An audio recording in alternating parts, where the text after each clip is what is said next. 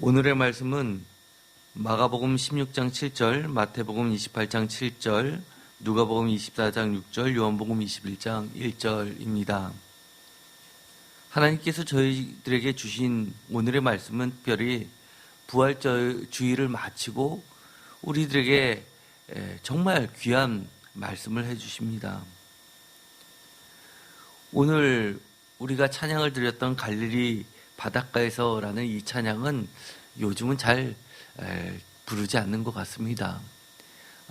저랑 거의 동년배인 분들은 사실 청년 때 이 찬양을 얼마나 많이 불렀습니까? 이 찬양만 부르면 눈물을 뚝뚝 흘렸던 그 시절이 기억이 납니다. 제가 돌이켜보면 이 찬양을 부르면서 정말 주님이 나에게 하셨던 질문 같습니다.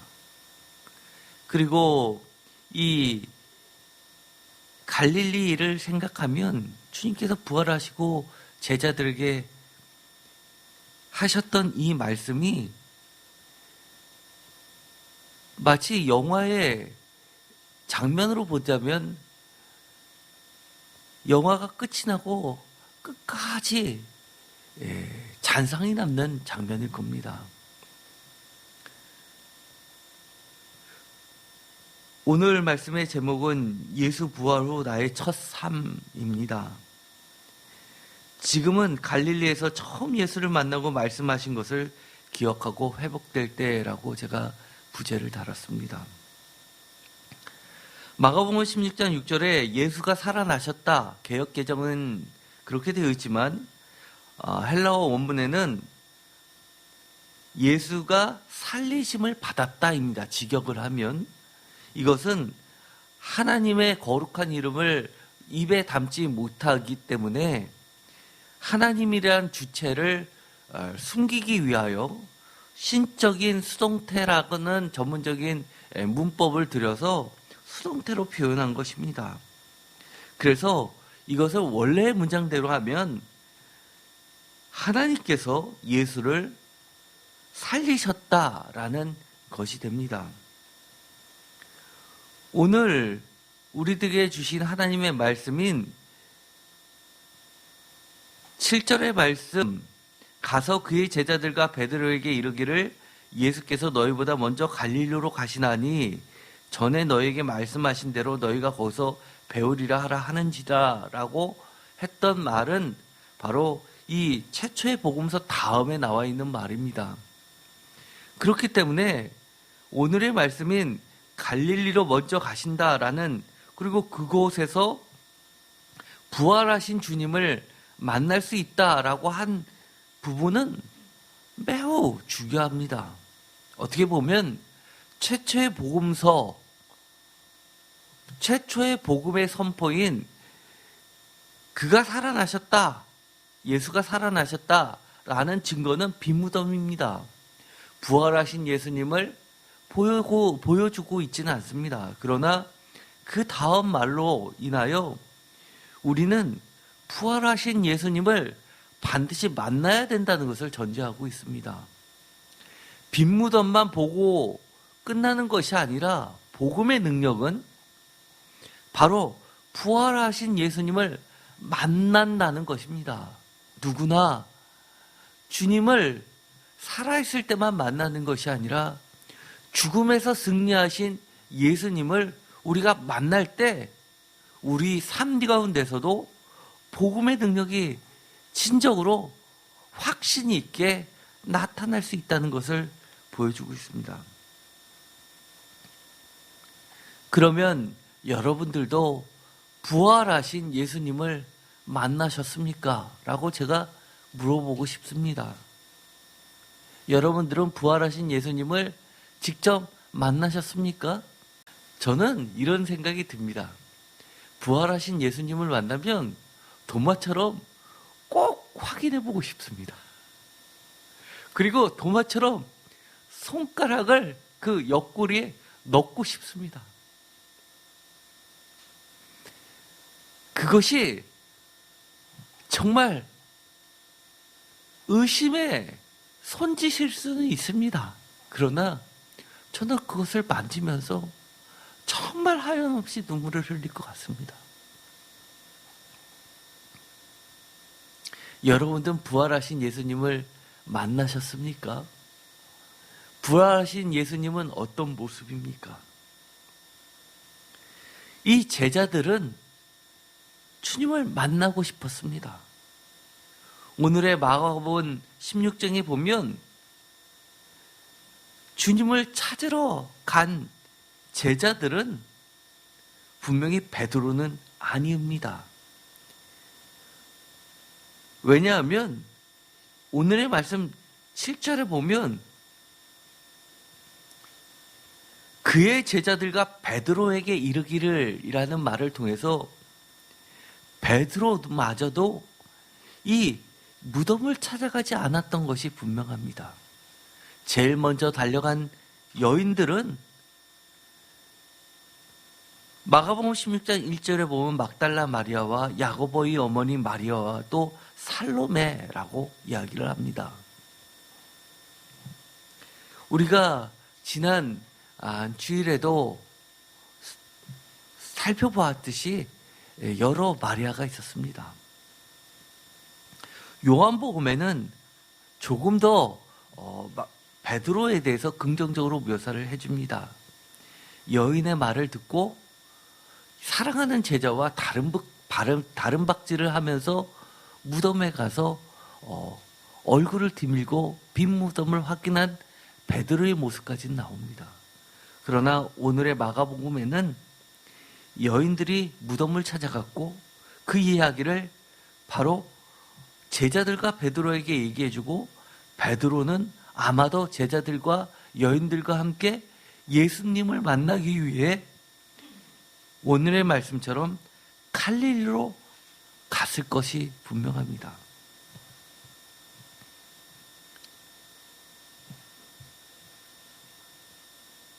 우리가 십자가의 부활 사건을 보면서 반드시 기억해야 될 핵심적인 내용이 있습니다. 십자가는 예수 그리스도의 순종과 믿음을 나타냅니다. 부활은 그런 예수 그리스도의 순종과 믿음에 대한 하나님의 응답으로서 분명한 그 믿음의 증거를 나타내고 있습니다. 십자가가 구원이라면 부활은 그 구원에 대한 약속에 대한 확증으로서 영원한 생명을 나타냅니다. 십자가가 화해의 길이었다면 이 부활은 하나님 나라입니다. 그리고 이 십자가는 이 땅에서의 하나님 나라를 예표하는 교회입니다. 그래서 교회마다 그 지붕에는 우리가 십자가를 볼 수 있습니다. 이 땅에서의 교회가 단순한 집이 아니라 하나님 나라를 가리키는 거룩히 구별된 거룩한 집입니다. 우리는 부활하신 예수님을 만나기 위해 어디로 가야 됩니까? 오늘의 말씀을 보면 분명히 갈릴리로 되어 있습니다. 마태복음 28장 7절에도 보면 갈릴리로 되어 있습니다. 그런데 누가복음 24장 6절에 보면 예루살렘으로 되어 있습니다. 아니, 제3의 장소를 이야기하는 곳도 있습니다. 도대체 우리는 어디로 가야 됩니까? 우리가 그 당시에 살아있었다면, 우리도 주님의 제자였다면 갈릴리로 가야 될까요? 예루살렘으로 가야 될까요? 요한복음은 분명 21장에 보면 갈릴리의 이야기가 소개되고 있는데 갈릴리로 가라라고 주님이 먼저 너희들보다 앞서 가셨다라는 이야기가 되어 있지 않습니다. 어떻게 되어 있냐면 도망가 있는 곳이 갈릴리로 되어 있습니다. 거꾸로 도망가서 일상의 생활로 돌아가 있는 그들에게 주님이 찾아가시는 곳으로 되어 있습니다. 약속하셨던 곳이 아닙니다. 또 우리가 생각해 봐야 될 것이 있습니다. 부활하신 예수님을 만난다는 것이 왜 그토록 중요할까? 나에게 있어서 그런 부활하신 예수님을 만난다는 것은 어떤 의미가 있고 무엇이 중요한지를 살펴봐야 합니다. 왜 이 청년, 6절에 나와 있는 이 청년, 천사는 꼭 그들에게 예수님을 만나라고 했을까를 생각해 봐야 합니다. 왜 나사렛 예수를 만나기 위해 예루살렘에서 갈릴리까지는 상당히 먼 거리입니다. 거기까지 가라고 했을까입니다. 사실 부활 후의 삶은 제가 전에 2018년 4월 1일 부활주일날 두 번째 수술로 태어나고 나서 부활주일날 설교했던 부분이 있습니다. 그때는 마태복음 8장 14절 15절을 하면서 여러분과 나눴던 말씀이 있습니다. 여인이 일어나서 예수께 수종들더라라고 하는 베드로의 장모 사건을 통해서 제가 누워있는 것은 죽음을, 일어나는 것은 부활을 상징해서 베드로의 장모는 일어나서 부활해서 죽음을 극복하고 새 생명을 얻게 되고 나서 수종들더라 라고 끝나는 이 구절을 통해서 우리가 부활절을 만나서 이 수종들다와 집사 디코는 같은 어원을 쓴다고 이야기하면서 참된 제자로의 삶을 하는 것이 부활 후 우리들의 삶이 되어야 된다고 이야기한 적이 있습니다. 그러나 오늘은 이 마가복음의 말씀을 통해서 우리가 정말 주님을 만나야 된다는 것을 어떤 의미가 있는지를 함께 나누고자 합니다. 부활의 예수님을 만나기 위해서 부활 후 제자들의 첫 삶은 어디에서 시작됐는지 우리는 그것을 알아보자는 겁니다. 그 전에 우리가 몇 가지를 좀 살펴볼 필요가 있습니다. 예를 들어서 이것은 예루살렘이냐 갈릴리냐를 놓고 보는 문제는 마치 요한복음의 사마리아 여인의 질문과 비슷합니다. 여인이 그렇게 이야기합니다. 예루살렘입니까? 아니면 이곳 사마리아입니까? 라고 세겜에서 예수님께 질문했던 것이 여러분 기억나시죠? 주님의 답변은 이랬습니다. 사마리아도 아니고 예루살렘도 아니고 라고 하면서 그 다음 말이 중요한 말이 나옵니다. 구원은 유대인으로부터 라고 사람을 이야기하면서 그 뒤에 나오는 말이 매우 중요합니다. 영과 진리로 라는 말을 하십니다. 요한복음 4장 20절 우리 조상들은 이 산에서 예배하는데 당신들의 말은 예배할 곳이 예루살렘에 있다 하더이다. 21절 예수께서 이르시되 여자여 내 말을 믿으라. 이 산에서도 말고 예루살렘에서도 말고 너희가 아버지께 예배할 때가 이르리라. 22절 너희가 알지 못하는 것을 예배하고 우리는 아는 것을 예배하노니 이는 구원이 유대인에게서 남이라. 23절 다 같이 읽겠습니다. 아버지께 참되게 예배하는 자들은 영과 진리로 예배할 때가 오나니 곧 이때라. 아버지께서는 자기에게 이렇게 예배하는 자들 찾으시느니라. 아멘. 이것을 보면 오늘의 말씀 갈릴리냐 예루살렘이냐를 놓고 주님은 이 것에 대한 의미를 우리가 해석하는데 하나의 힌트를 제공해 주고 있습니다. 갈릴리든 예루살렘이든 영과 진리로 우리는 갈릴리를 예루살렘을 해석해야 된다는 겁니다. 또 한 가지 중요한 해석의 열쇠를 제공해 주는 것이 있습니다. 바로 사도 바울입니다. 사도 바울은 왜 중요하다고 제가 말씀을 드렸는지 여러분 기억하실 겁니다. 마치 마가복음이 공간복음서 중에서 어떻게 보면 역사적으로 가장 중요하다고 했었던 이유, 마태복음이 교회의 책으로서 제일 먼저 나왔는데도 불구하고 마가복음을 항상 제가 여러 가지 똑같은 본문들이 나올 때 우선적으로 설명하는 이유는 딱 하나입니다. 가장 역사적으로 제일 먼저 쓰여졌기 때문입니다. 마태복음보다는 우선 쓰여졌기 때문에 그만큼 각색이 덜 됐다는 얘기입니다. 초대교회에 있었던 이야기가 가장 오리지널하게 그대로 우리에게 전수된 모습을 나타내고 있기 때문입니다. 그런데 바울 서신이 왜 중요하냐 할 때는 이 마가복음이 65년보다도 더 먼저 기록되어 있기 때문에 그래서 바울 서신이 중요합니다. 그런데 문제는 한 가지가 있습니다. 바울 서신에는 예수님에 대한 일상적인 이야기가 거의 없습니다. 공관복음서에 다 들어가 있는 오병이어의 기적 이야기 바울 서신에서 본 적이 있으십니까? 안진뱅이가 일어나고 소경이 눈뜨고 이런 이야기 바울 서신에서 찾아볼 수가 없습니다. 그래서 바울 서신이 중요하면서도 그거 못지않게 공관복음서가 이 시작에 맨 처음 나올 수밖에 없는 이유는 예수님의 많은 이야기가 바로 복음서에 있기 때문입니다. 그럼에도 불구하고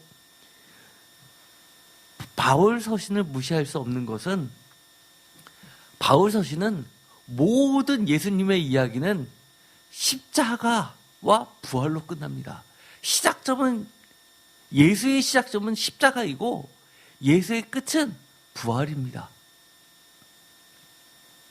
바울은 십자가와 부활을 빼놓고는 얘기한 게 없습니다. 예수에 대해서. 하나 나온 것이 있죠. 마지막 만찬 이야기도 사실 그 이야기를 끝난 것은 바로 십자가를 거론하기 위해서입니다. 그래서 바울에게 있어서는 이 부활로 예수를 이야기할 때 단 하나입니다. 바로 회심과 변화와 새 삶과 자신의 새 존재와 자신이 왜 사도가 됐는지 예수 그리스도의 종인지 복음의 종인지를 나타낼 때 설명할 때 이 십자가 부활이 그만큼 중요한 겁니다. 자신이 왜 사도가 됐느냐? 그것은 한마디로 십자가 부활이 없었다면 자기는 사도가 될 이유가 없는 겁니다. 자신이 왜 새로운 삶을 살게 됐느냐? 그것은 십자가와 그 이후에 부활을 통해서 만난 예수가 없었다면 자신은 그렇게 될 수 없었다고 이야기합니다. 이렇다는 이야기는 우리가 신앙생활을 할 때 부활하신 예수님을 만나는 것이 그만큼 중요하다는 이야기입니다. 우리가 신앙생활을 할 때 머리로만 하시는 분들 계십니다. 공부한다고 많이 예수님에 대해서 안다고 신앙이 자라납니까? 아닙니다.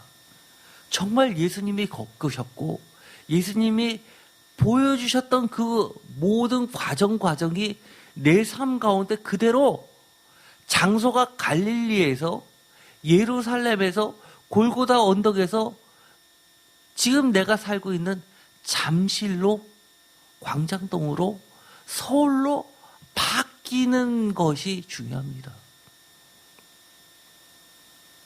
갈릴리를 이야기하면서도 내 삶이 지금 서울이지만 갈릴리에서의 삶으로 바뀌는 것이 중요합니다. 고린도전서 15장 4절에 보면 이렇게 이야기합니다. 바울이 이렇게 이야기합니다. 다 같이 한번 읽어볼까요?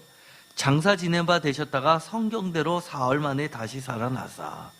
아멘. 십자가 사건을 이야기하는데 바울은 뭐라고 이야기하냐면 특이한 게 있죠. 여러분 여기서 보이는 게 있습니까? 십자가 사건을 이야기할 때 그 앞에 붙여놓은 것이 있습니다. 성경대로라는 겁니다. 그 말과 오늘 마가복음에 이 천사가 전했던 이야기가 있습니다. 7절에 보면 가서 전하라라고 얘기하면서 먼저 갈릴리로 가시는데 뭐라고 이야기하냐면 전에 너희에게 그 다음을 다 같이 읽겠습니다. 말씀하신 대로.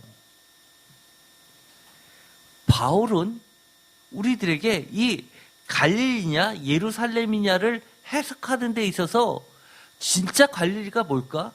예루살렘이 뭘까를 해석하는 데 중요한 열쇠를 제공해 줍니다. 바로 성경대로 주님이 말씀하셨던 대로입니다. 그 다음에 9절도 매우 우리에게 상징하는 바가 많습니다. 5절 다 함께 읽어볼까요? 게바에게 보이시고 후에 12 제자에게와 6절 그 후에 500여 형제에게 일시에 보이셨나니 그 중에 지금까지 대다수는 살아있고 어떤 사람은 잠들었으며 7절 그 후에 야고보에게 보이셨으며 그 후에 모든 사도에게와 8절 맨 나중에 만삭되지 못하여 난 자와 같은 내게도 보이셨느니라. 아멘. 이 구절이 학자들에게 있어서는 매우 중요한 본문입니다. 그리스도의 부활을 이야기하는데 여러 가지 나는 주님을 만났다 사도행전처럼 그렇게 이야기하면 될 텐데 많은 이야기를 합니다. 맨 나중에 만삭되지 못하여 난 자 같은 내게도 보이셨으니 이 이야기는 이 사도 바울이 내가 사도다 라고 주장하는 아주 중요한 열쇠를 제공해 줍니다. 그러면서 베드로, 기둥 같은 야고보와 맞서서 자신 있게 자신이 믿고 있었던 그 복음을 이야기할 때 썼던 말입니다. 나는 예수로부터 직접 사도로 임명받았다라는 이야기를 하는 겁니다. 그런데 여기서 중요한 이야기를 합니다. 부활한 예수님을 만나는 데 있어서 분명히 이렇게 이야기합니다. 베드로가 예수와 12 제자로서 예수님과 같이 생활했기 때문에 베드로가 중요하다고 이야기하는 게 아닙니다. 게바가 부활하신 예수님을 만났기 때문에라고 이야기하는 겁니다. 이해되시나요? 여러분들이 만약에 예수 그리스도의 참된 제자가 되려면 부활하신 예수님을 만나야 되는 겁니다. 인격적으로 만나야 되는 겁니다. 또 중요한 이야기가 있습니다. 후에 12 제자에게와 라고 이야기합니다. 그 후에 중요한 구절이 있습니다. 6절 다 같이 읽겠습니다. 그 후에 500여 형제에게 일시에 보이셨나니 아멘. 500여 형제에게 보이셨다라고 이야기를 하는데 이럴 수가 있습니다. 이것은 두 가지로 해석이 됩니다. 지금 500명이 여기에 다 모여 있습니다. 그 가운데 주님이 부활하신 주님이 나타나셨습니다. 이럴 수 있습니다. 또는 어떤 경우가 있죠? 500여 형제들이 다 각자의 삶 속에서 살고 있습니다. 그런데 동시에 내가 부활하신 예수님을 만났어 라고 하면서 전부 다 뛰어오면서 주님 살아계셔. 나도 만났는데 이럴 수가 있다는 겁니다.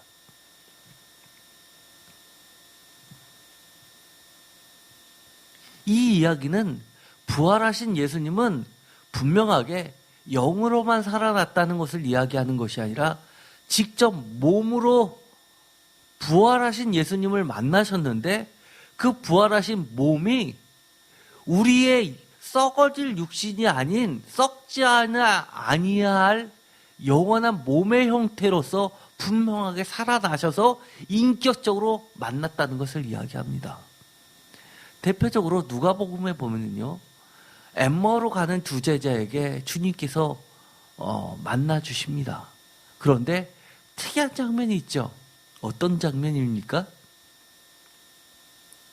그들과 같이 물고기로 식사를 하십니다. 영이라면 굳이 식사를 할 필요가 없는데 귀신이라면 그럴 필요가 없는데 정말 우리랑 똑같이 식사를 하신다는 겁니다. 이것은 매우 중요해서 바울이 주님을 인격적으로 만났다라는 것은 내가 말씀을 깊이 어느 동굴 같은 데서 있어서 깊이 묵상하다가 이거구나 라고 깨달아서 주님은 이것이다 라고 이야기한 게 아니라는 겁니다.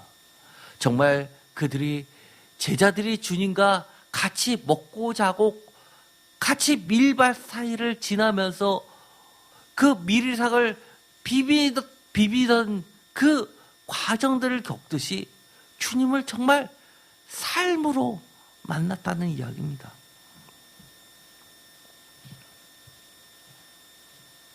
그러면서 이런 말을 합니다. 고린도전서 15장 10절에 다 같이 읽겠습니다. 그러나 내가 나된 것은 하나님의 은혜로 된 것이니 내게 주신 그의 은혜가 헛되지 아니하여 내가 모든 사도보다 더 많이 수고하였으나 내가 한 것이 아니요 오직 나와 함께 하신 하나님의 은혜로다. 아멘. 여기서 부활하신 예수님을 만난 게 하나님의 은혜인데요. 은혜가 헛되지 아니하기 위하여 라는 말을 합니다. 그러면서 그 은혜가 헛되지 않기 위해서 더 많이 수고했다라고 이야기합니다. 이 이야기는요, 우리가 바울 서신에 보면 여러 가지 이야기로 나옵니다. 40에 하나 가만매를 여러 차례 맞습니다. 감옥에 들어갑니다. 맹수에게도 고난을 받습니다. 그 이야기는 내가 지금 이 땅에 사는데 항상 주님과 마주하면서 살고 있다고 이야기를 하는 겁니다. 내가 지금 죽어서 당장 하나님과 예수 그리스도를 만나는 것이 더 좋지만 그럼에도 불구하고 이 땅에서 어렵게 모든 것을 견디면서 사는 삶의 이유를 제공해 주는 겁니다. 사도 바울의 신앙의 핵심은 사도 바울의 7개 서신은 예수의 행적이 거의 나와 있지 않음에도 불구하고 십자가와 부활 이 사건에 집중하고 있음을 우리에게 가르쳐 주는데 그만큼 십자가는 모든 신앙과 능력과 비밀의 출발점이면 부활은 모든 신앙의 종착점이며 썩지 아니하는 영원한 생명을 소유한 신령한 몸으로서 변화되는, 그래서 내가 이 땅에 살면서 새로운 존재로서 새 삶을 출발할 수 있게 만드는 구체적 삶을 향하게끔 해준다는 겁니다. 여러분들께서 혹시 저랑 비슷한 생각을 갖고 계시는 분 계실까요? 저는 지금 목회자의 길을 가고 있지만 저는 제 자신을 돌이켜보면 무척 마음에 안 듭니다. 왜 이렇게 뿐이 못 살지? 정말 하나님 마음에 쏙 들게 예수님이 너무너무 사랑하게끔 그렇게 목사가 됐는데도 왜 못 살지? 라고 참 그럴 때가 너무 많습니다. 혹시 여러분들은 이렇게 사시는 분 계십니까? 나 같은 집사 있을까? 야, 집사가 나 정도만 되면 진짜 장로도 부끄러울 텐데, 목사도 부끄러울 텐데, 이러시는 분, 이렇게 신앙생활 하시는 분 계실까요? 저는 그렇게 생각하시는 분 정말 거의 없을 것 같습니다. 제가 정말 하나님의 그 복음을 받아들이고 그렇게 살고 싶어서 애쓰는데도 불구하고 여전히 저는 정말 썩을 육체 가운데 사는 것 같기 때문입니다. 그런데 이 사도 바울은 고린도전서 9장 25절, 15장 42절, 15장 50절에 계속해서 이야기하는 것은 썩는 육체와 썩지 썩지 아니하는 육체를 이야기하면서 자신은 썩지 아니하는 것을 얻고자 승리의 간을 향해서 달려간다고 이야기를 합니다. 정말 우리도 그랬으면 좋겠습니다. 그러면서 고린도전서 15장 53절 다 같이 읽어보도록 하겠습니다. 이 썩을 것이 반드시 썩지 아니할 것을 입겠고 이 죽을 것이 죽지 아닐 것을 입으리로다. 54절 이 썩을 것이 썩지 아니함을 입고 이 죽을 것이 죽지 아니함을 입을 때에는 사망을 삼키고 이기리라고 기록된 말씀이 이루어지리라. 아멘. 여기서도 이 바울이 굳게 붙잡고 있는 썩지 아니함을 입어서 결국 사망을 삼키고 영원한 생명을 얻는다는데 결국 그것은 기록된 말씀에 의지하고 있다는 겁니다. 그것에 자기의 믿음을 굳건히 내리고 있다는 겁니다. 지금까지 했던 거는 모든 것이 어떻게 보면 서론입니다. 그러나 해석의 열쇠를 제공해 주고 있습니다. 이제 본론으로 들어가 볼까요? 왜 갈릴리로 예수님은 먼저 가셨을까요? 도대체 예수에게 있어서 갈릴리란 무엇일까요? 갈릴리는 한마디로 이야기하면 옛부터 멸시받은 백성이 살던 곳이었습니다. 그래서 하나님께서는 바울이 그토록 말씀대로 기록된 말씀대로라고 반복해서 이야기하는 것처럼 하나님께서 약속하셨던 것입니다. 어떤 약속이요? 영광으로 변화될 곳으로 약속됐던 곳이었습니다. 갈릴리는요, 예수에게 있어서는 제2의 고향입니다. 그리고 예수의 천국 복음, 하나님 나라의 시작이 제일 먼저 시작됐던 곳입니다. 또 예수님은 제자들과의 첫사랑과 쉽게 말해서 첫 제자를 부르셨던 곳이기도 합니다.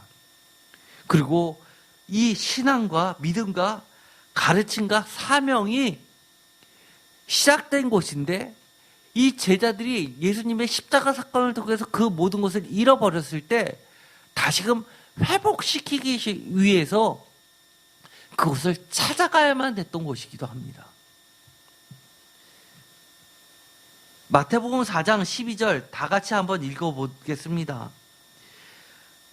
예수께서 요한이 잡혀셨음을 들으시고 갈릴리로 물러가셨다가 15절 스불론 땅과 납달리 땅과 요단강 저편 해변길과 이방의 갈릴리며 18절 갈릴리 해변에 다니시다가 두 형제 곧 베드로라 하는 시몬과 그의 형제 안드레가 바다에 금을 던지는 것을 보시니 그들은 어부라. 처음 제자들을 만나셨던 곳도 바로 갈릴리입니다. 23절 예수께서 온 갈릴리에 두루 다니사 그들의 회당에서 가르치시며 천국 복음을 전파하시며 백성 중에 모든 병과 모든 약한 것을 고치시니 25절 갈릴리와 데가볼리와 예루살렘과 유대와 요단강 건너편에서 수많은 무리가 따르니라. 이런 것들을 다 보면 예수에게 있어서는 갈릴리는 바로 이런 곳입니다. 열왕기상 9절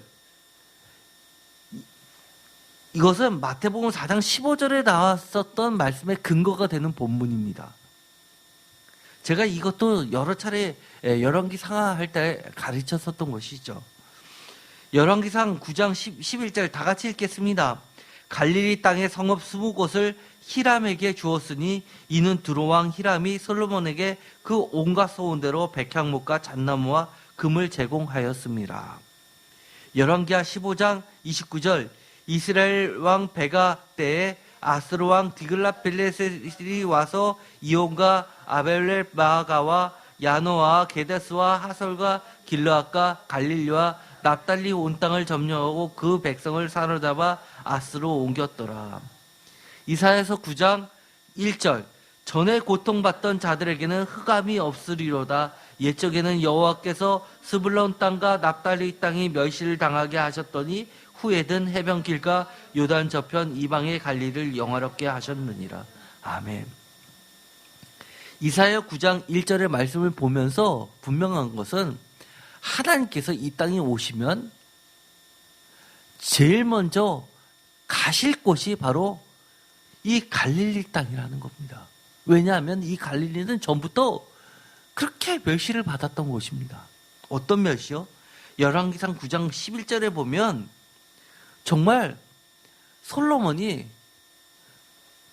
예루살렘 성전과 스불론 예루살렘 성전을 짓고 나서, 그리고 자신의 궁궐을 짓고 나서 갚을 돈이 없으니까 이용해 먹을 대로 다 이용해 먹고, 그리고 나서 그것을 팔아먹었던 것이 이겁니다. 돈을 못 갚자 그것을 변제하기 위해서 히람 왕에게 자신의 백성들을 다 줬던 것입니다. 열왕기하 15장에 보면 또 이곳은 갈릴리는요, 성지 순례가를 가면 제일 많이 놀라는 부분이 갈릴리가 굉장히 풍요롭다는 겁니다. 예루살렘은 굉장히 사막이 많아서 풍요롭지 못하는데 갈릴리 가면 물도 많고요. 그리고 우거져 있습니다. 풍요롭기 때문에 북쪽에 있는 많은 이방 국가가, 힘이 센 국가가 생기면 제일 먼저 탐내는 곳이 이겁니다. 그래서 그렇게 이곳을 침략이 많았던 곳입니다. 마치 우리나라의 전라도가 그렇게 많은 고난을 당했던 곳이, 그것이 곡창지대 아니었습니까? 그렇기 때문에 이들은 늘 시달려 왔습니다. 그래서 제일 먼저 하나님의 돌보심이 필요했고, 위로가 필요했고, 그들의 사랑으로 회복시켜줘야 될 곳이 그곳이었기 때문에 예수는 가장 약속된 백성 중에서 낮은 자들에게 찾아가셨던 곳입니다. 그곳에서 어부들을 만나셨습니다. 그러면 제자들에게 있어서 갈릴리는 어떤 의미가 있을까요?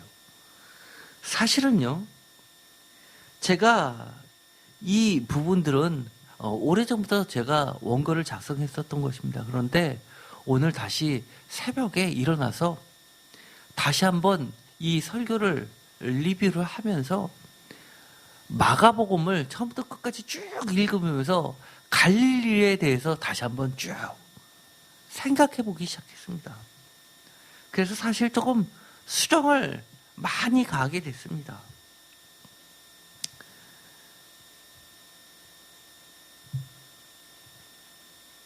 그래서 제가 다시 한번 수정해서 해본 부분이 이 부분입니다. 맨 처음에는 마태, 마가, 누가, 요한 중에서 이 갈릴리에 해당하는 것들 공통적으로 걸 했지만, 다시 보면 볼수록 각각의 복음서가 갈릴리에 대해서 그려내고 있는 곳이 달랐습니다. 예를 들어서요, 마가복음은요, 하나님의 아들 예수 그리스도의 복음의 시작으로 마가복음이 시작되는 거 다 같이 아시죠? 그런데 예수님은 자신을 뭐라고 이야기하냐면, 하나님의 아들이라는 말이 나오면 그 말 하지 말라고 비밀에 붙여두십니다. 그러면서 자신을 지칭한 게 인자입니다. 사람의 아들입니다. 그런데 마가복음에서는요, 사람의 아들, 이 인자를 철저히 고난받는 종으로서 묘사를 하고 있습니다. 고난받는 종이 하나님의 아들, 영광의 하나님의 아들이지만 가장 고난받았던 곳 갈릴리를 찾아가셨던 겁니다. 그래서 이 갈릴리에 있었던 사람들, 예수의 제자들은 한마디로 멸시받았던 사람들입니다. 그렇기 때문에 이 베드로가 예수님께서 사람 잡는 어부가 되게 해주겠다라는 그 말을 들었을 때 당장 모든 것을 내팽개치고 쫓아갈 수 있었던 것은, 야, 정말 세상 한번 엎어봤으면 좋겠다. 어떤 식으로요? 세상 방법이 아니라 하나님 나라로서 이 세상 로마가 지배하는 구조가 아니라 진짜 옛날부터 하나님께서 약속하셨던 하나님의 나라로 이렇게 뒤집어졌으면 좋겠다라고 간절히 소망하는 사람들이 가장 많이 존재했던 곳이 갈릴리였다는 겁니다. 그래서 마가복음에서 이 제자들에게 있어서 이 갈릴리는 예수님이 순환을 준비하면서 멸시받아 왔지만 하나님의 나라, 하나님 나라를 그렇게 바라고 고대하던 백성들을 고치시며 가르치시며 하나님 나라의 복음을 선포했었던 곳이 바로 갈릴리입니다.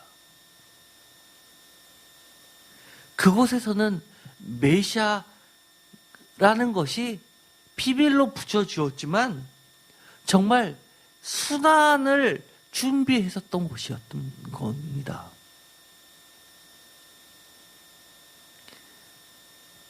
그렇기 때문에 이 갈릴리로 먼저 가셨다는 것은 지금 당장 그들이 예수님께서 십자가에 달려 돌아가셔서 무서워서 도망가지만 우리도 예수님처럼 두려워하지 말고 그 고난을 극복하고 하나님 나라의 완성을 위해서 다시금 시작해야 될 첫사랑이 묻어 있었던 곳이 바로 갈릴리라는 겁니다. 마태복음에 보면 약간 달라집니다. 마태복음은 철저히 왕으로 그려내고 있죠.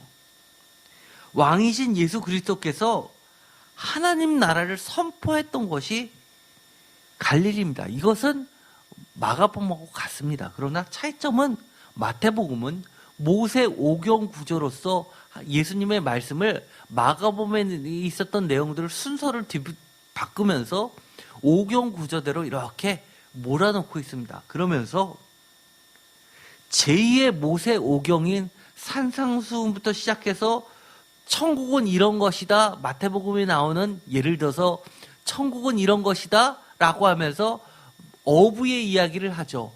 좋은 고기, 나쁜 고기를 하면서 걸러내는 이야기를 합니다.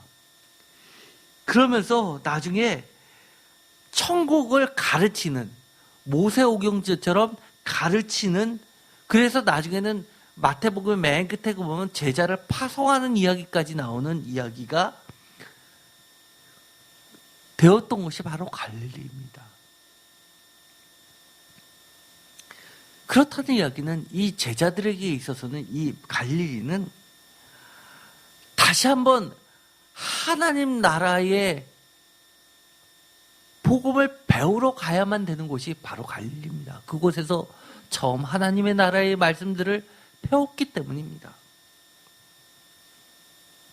그곳에 가면 하나님 나라가 이런 것이라는 것을 깨닫게 되는 곳이기 때문입니다.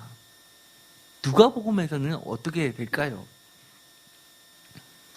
누가복음에서는요, 갈릴리 이야기가 나오지 않습니다. 우리가 누가복음을 한번 가볼까요? 누가복음 맨 마지막 장, 맨 마지막 절을 한번 다 같이 한번 가보도록 하겠습니다.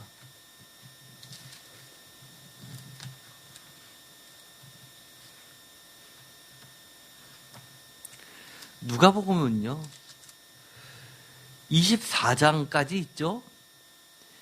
52절을 다 같이 52절을 다 같이 읽겠습니다. 그들이 그에게 경배하고 큰 기쁨으로 예루살렘에 돌아가 늘 성전에서 하나님을 찬송하니라. 아멘.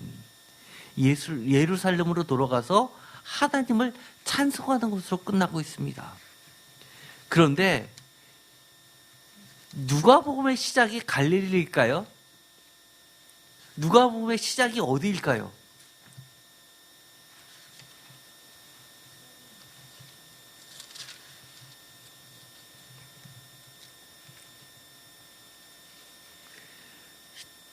특이하게도요, 누가복음은 1장에 보면 갈릴리 이야기부터 시작하지 않고요, 유대왕 헤롯 때라고 하면서 이 제사장 이야기를 합니다.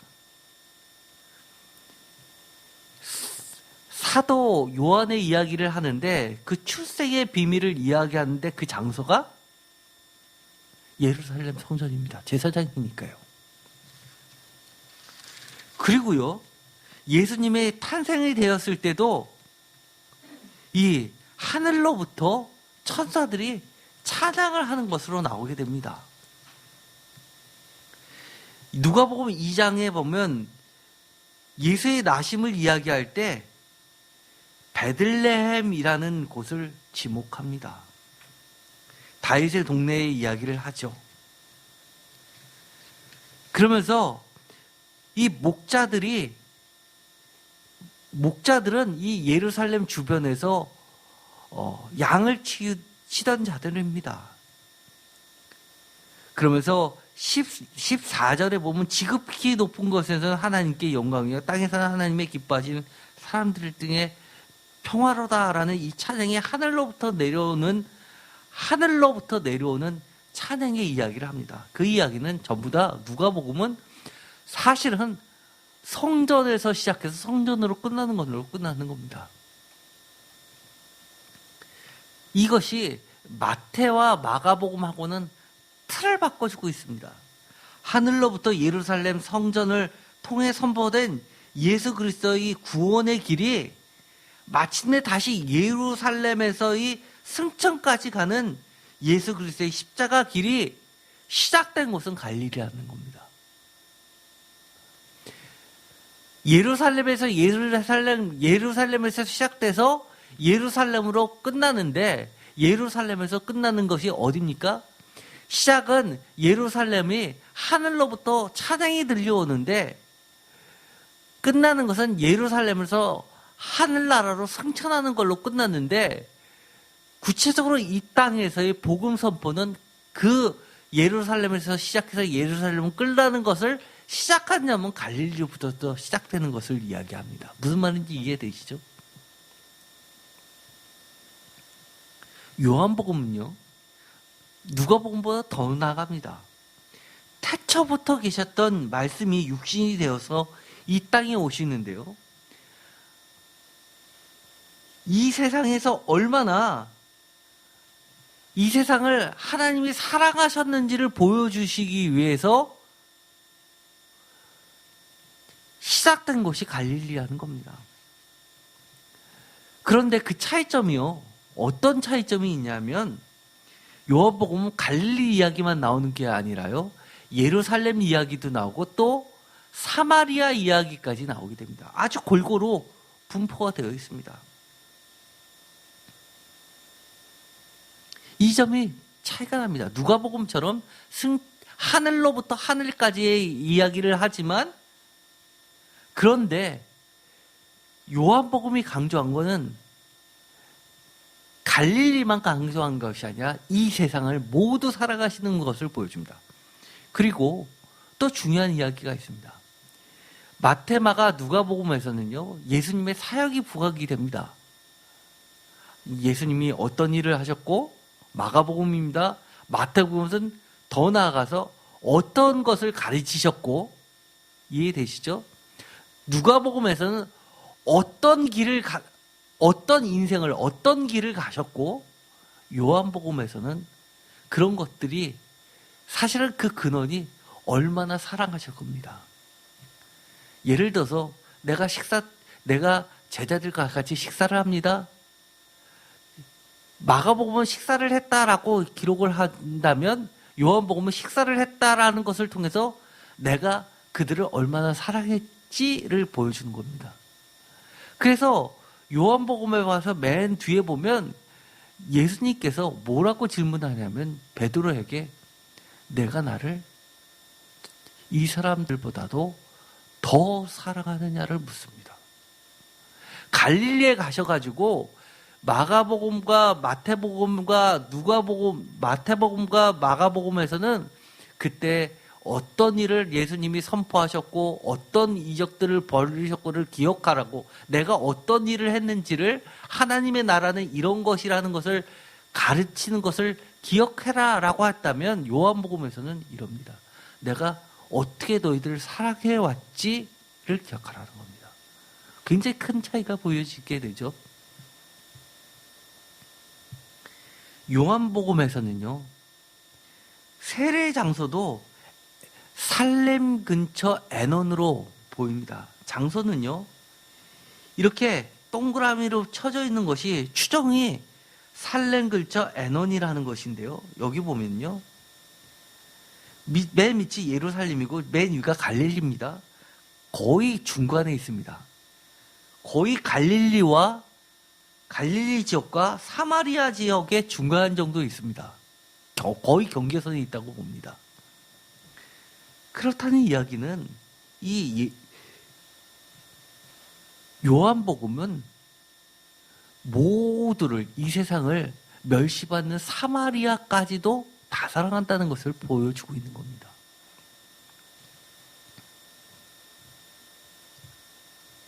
이제 결론으로 가겠습니다. 예수님께서 먼저 갈릴리로 가신다, 또는 누가복음처럼 예루살렘으로 돌아간다라는 이야기는 장소 갈릴리, 장소 예루살렘입니까? 아니면 이런 것들입니까?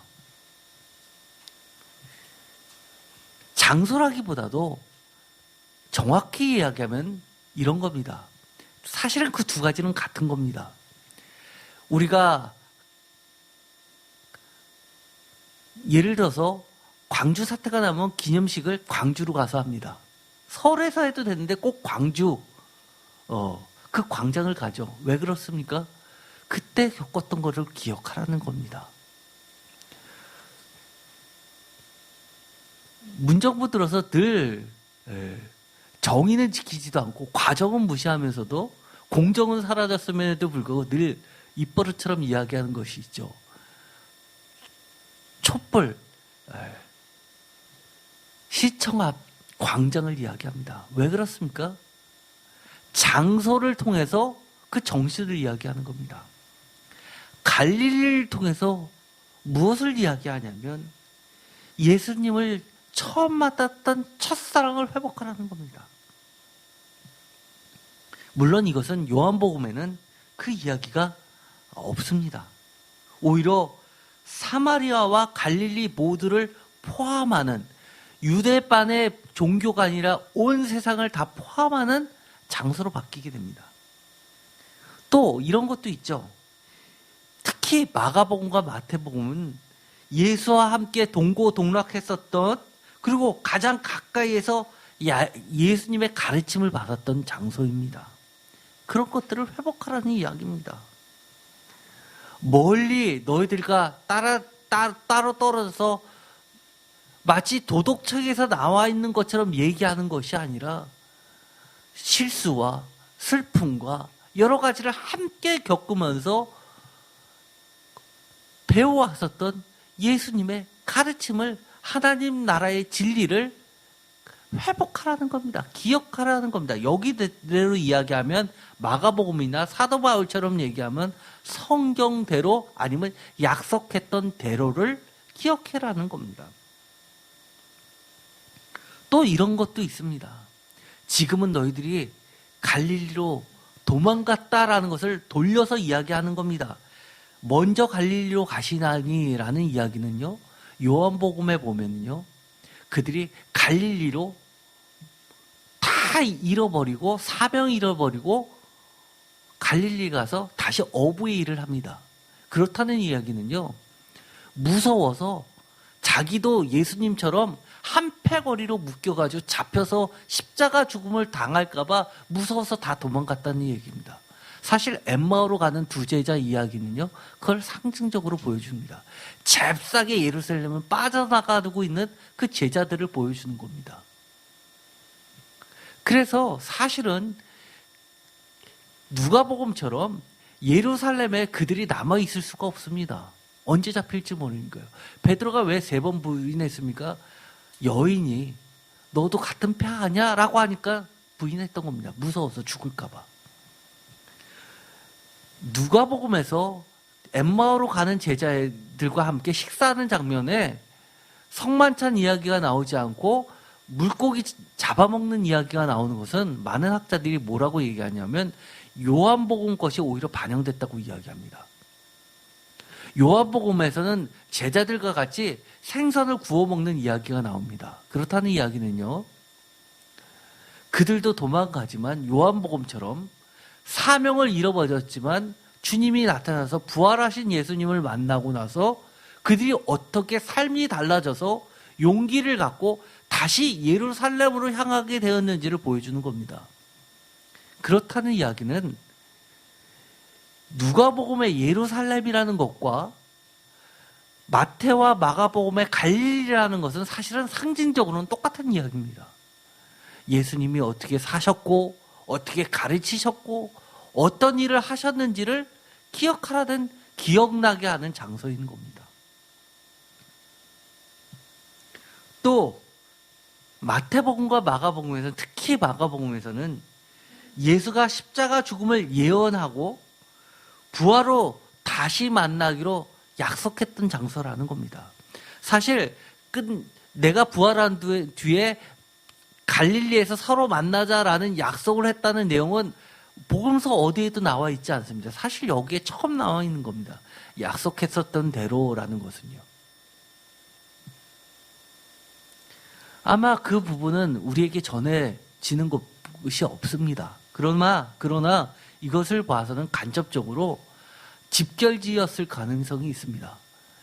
예수 운동이, 학자들은 이렇게 이야기합니다. 십자가 운동을 지저스 무브먼트라고 합니다. 우리도 지금 많이 쓰는 얘기죠. 예수 운동을 합시다. 예수 혁명, 이런 이야기도 합니다. 그런 이야기가 실패로 끝났을 때, 세상적으로 실패로 끝났을 때 다 흩어져서, 게릴라처럼 흩어져서 다시금 부흥해서 다시금 재결집할 수 있는 세력들이 모이는 암암리의 그 비밀 장소가 갈릴리였을 것으로 추정을 하고 있기 때문입니다. 또 한 가지는요, 복음의 선교가 시작됐던 것입니다. 누가복음에는 물론 이 이야기는 빠져 있습니다. 누가복음에서는 복음의 선교는 반드시 예루살렘에서 사마리아 땅끝까지 구도로 되어 있습니다. 그러나 사도행전은 그 흔적들이 남아 있습니다. 갈릴리에서 시작된 복음이라고 분명히 얘기합니다. 누가복음과 사도행전을 한번 볼까요? 예수를 처음 만난 첫사랑의 장소라는 것은 다 동일합니다. 요한복음은 아니라고 얘기했습니다. 그러나 누가복음에서는 복음의 선교가 예루살렘에서 시작되어서 사마리아와 땅끝까지 전파되기 위해서 주님이 가르치심을 시작했던 곳이 갈릴리입니다. 그렇기 때문에 갈릴리에서 가르침을 받았던 것을 생생히 반드시 기억해내야만 되는 곳이 갈릴리인 겁니다. 그래서 복음의 선교의 시작, 복음의 시작은 갈릴리지만 그 복음의 선교의 시작은 반드시 예루살렘입니다. 누가복음에서는요, 예수 십자가의 죽음으로 예루살렘에서 도망가는 신앙과 사명을 모두 다 잃어버린 지저스 무브먼트, 예수 운동을 실패한 제자들의 이야기가 엠마오로 가는 두 제자 이야기로 간접적으로 나타내주고 있습니다. 그러나 요한복음 21장에도 그것은 반영되어 있습니다. 요한복음은요, 예수를 처음 만난 첫사랑의 장소라는 건 같습니다. 그러나 다른 장소들도 나와 있죠. 예를 들어서 첫 제자를 만났던 곳은요, 갈릴리가 아니라, 예루살렘도 아니라 이 갈릴리와 예루살렘 그 중간 정도, 접경 지역 정도로 보여지는 곳에서 세례 요한이 세례 주던 세례터에서 세례 요한의 두 제자가 예수의 제자로 바뀌는 것으로 시작됩니다. 그것이 바로 사랑하는 제자, 한 명이 사랑하는 제자고 또 한 명은 임명의 제자였을 것으로 보이게 됩니다. 그 다음에 제자들의 인생이 달라진 것은 다 동일하죠. 요한복음에서 특히 강조하는 이 갈릴리는요, 예수님이 약속했었던 장소가 아니라 그들이 무서워서 도망갔었던 장소입니다. 그런데 예수님이 도망갔던 그들에게가 끝까지 찾아가서 그들을 되돌려 주셨던 장소입니다. 그들은 다시금 어부 생활을 하는데 그들과 식사까지 하시면서 그들의 신앙을 다시금 회복시켜 주시고, 그리고 믿음도 깨워주시고, 그리고 사명도 다시금 일으켜 세워주시면서 새로운 명령을 주십니다. 네가 나를 사랑하느냐라고 질문하시면서 내 양을 먹이라라고 이야기해 주십니다. 쉽게 말해서 이 갈릴리는요, 주님이 찾아가신 곳입니다. 그리고 그 누가복음에는 없지만 복음의 선교가 시작됐던 곳이 바로 이 요한복음이라고 할 수 있습니다. 그러면 나에게 있어서 갈릴리란 뭡니까? 제가 제 자신을 돌이켜보면 저에게 있어서 갈릴리는 처음에 어머니를 통해서 신앙을 시작했던 곳이 갈릴리일까? 아니면 제가 다 신앙을 잃어버리고 교회도 안 나가다가 다시 주님을 만났었던 청년의 때가 갈릴리였을까? 아니면 제가 응급실에 실려가서 다시 한번 주님을 만나고 사명을 부여받았던 곳이 갈릴리였을까? 사실 저는 이 설교를 준비하면서 많은 생각을 해보게 됩니다. 아마 여러분들에게도 갈릴리가 분명히 있을 겁니다. 그러나 그 가운데서는 오늘의 마가복음 16장 7절에 보면 주님이 이렇게 이야기하십니다. 여러분이 지금 어디를 가 있든지 주님은 우리보다 먼저 와 계시다는 겁니다. 요한복음대로 하면 아예 우리가 도망가더라도 거기까지 찾아오시는 장소가 갈릴리라는 겁니다.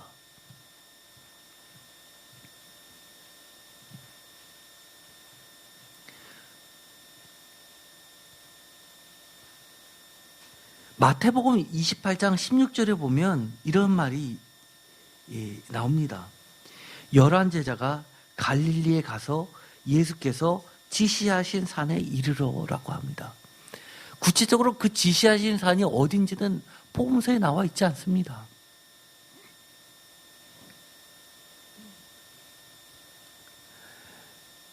주님이 언제나 우리에게 지시하시는 곳이 있습니다.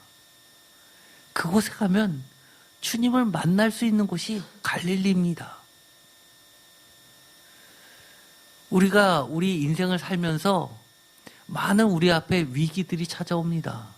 신앙을 포기하고 싶은 곳들이 분명히 만나게 될 겁니다. 그때마다 우리는 하나님이 지시하신 산에 가면 언제든지 주님을 만날 수 있는 곳이 갈릴리입니다. 저는 그것을 대표적으로 하나님의 말씀으로 보고 있습니다. 항상 제가 무너질 때마다 하나님 말씀 다시 한번 찾아보면 거기서 언제나 주님을 만나게 됐습니다. 그래, 다시 한번 일어나자. 그래, 이게 내가 잘못했지. 이게 내가 약했던 곳이지. 누가복음 24장 6절에 보면 이렇게 되어 있습니다. 갈릴리에 계실 때 너에게 어떻게 말씀하셨는지를 기억해라. 누가복음은 제가 뭐라고 그랬습니까? 갈릴리로 가라라고 하지 않고 예루살렘에 머무르라 라고 이야기합니다. 그러면서도 이 예루살렘은 뭐와 통하는 곳입니까? 선교가 시작되는 곳입니다. 예루살렘은 그들도 십자가의 죽음이 닥쳐올지 모른다는 그 공포의 장소입니다. 그것을 피하지 말고 맞서면서 이 중요한 이야기를 합니다. 주님이 우리에게 어떻게 말씀하셨는지, 가르치셨는지, 우리에게 사랑을 보여주셨는지를 늘 기억해야 되는 장소입니다. 제가 여러분들을 보면 저보다도 주님이 여러분들을 더 사랑해서 만나셨다는 것을 저는 보입니다. 여러분들은 제가 제일 많이 주님이 사랑해 주셔야 만난 것처럼 보이십니까? 하지만 저는 제 눈에는 여러분들이 더 그렇습니다. 그런데 그 주님이 여러분을 찾아와셨던 그 순간순간 다 잊어먹고 계시고 마치 그것을 안 경험하셨던 사람들과 별반 다름없이 지금도 신앙생활하고 있다면 빨리 갈릴리로 가십시오. 사도 바울처럼 정말 새로운 삶을 살고 계신지 한번 고민해 보십시오.